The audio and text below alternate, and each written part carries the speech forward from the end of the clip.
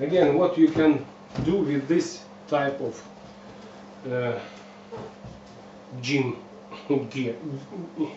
gauge, you see, holding like this and moving up and down. This will help you to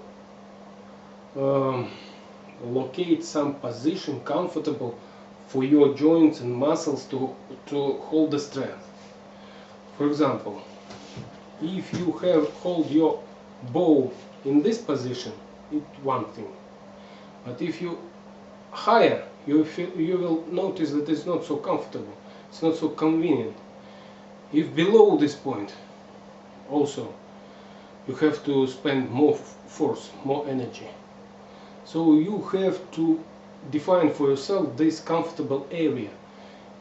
Zero maybe field or something like this, home position. This is comfortable, more comfortable for your muscles. You use your back, not only muscles of your hands. Most muscles of your hands are having rest now, they are not working. Just unbending muscles a bit and your back, that's all.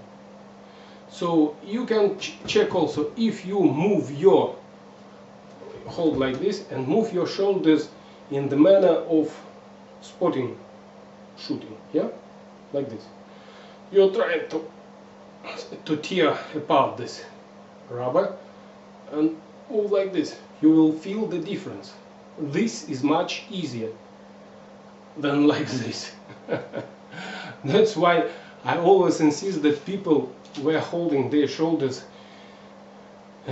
in parallel to the arrow and to the plane of the bow and the arrow,